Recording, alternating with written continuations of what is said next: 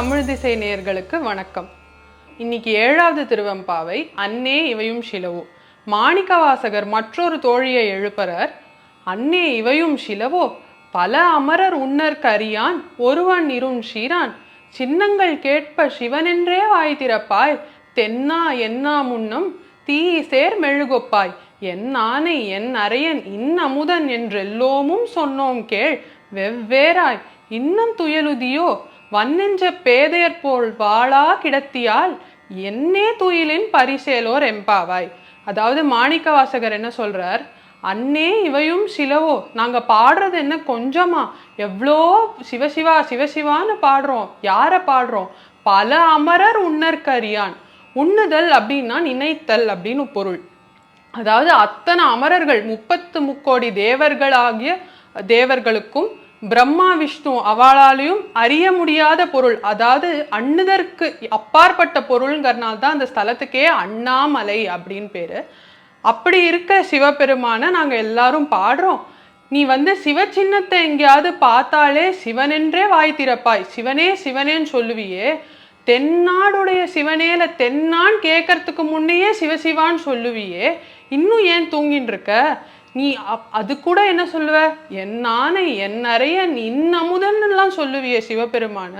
நாங்களும் அப்படிலாம் பாடுறோம், நீ இன்னும் தூங்குறியா அப்படின்னு மாணிக்கவாசகர் கேட்கிறார். அவர் இன்னும் கேட்கிறார், வன்னெஞ்ச பேதையர் போல் வாளா கிடத்தியாள்.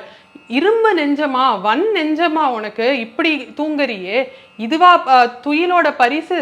என்னே துயிலின் பரிசேலோர் எம்பாவாய். தூக்கத்தோட பரிசு இதுதானா அப்படின்னு கேட்கிறார்.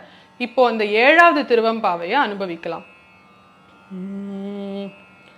அன்னே இவையும் சிலவோ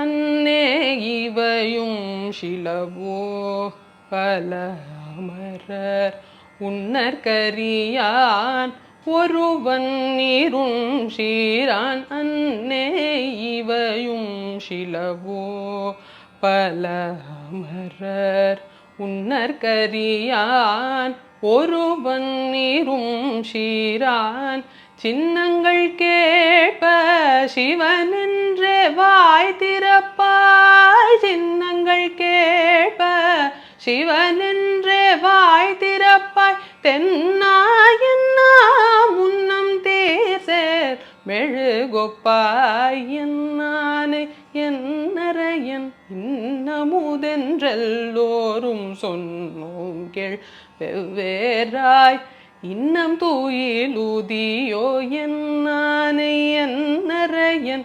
இன்னமுதென்றெல்லோரும் சொன்னோம் கேள் வெவ்வேறாய் இன்னம் தூயிலுதியோ வன்னெஞ்ச பேதையர் போல் வாழா கிடத்தியால் வன்னெஞ்ச பேதையர் போல் வாழா கிடத்தியால் என்னே துயிலின் பரிசேலோரெம்பாவாய் என்னே துயிலின் பரிசேலோரெம்பாவாய்.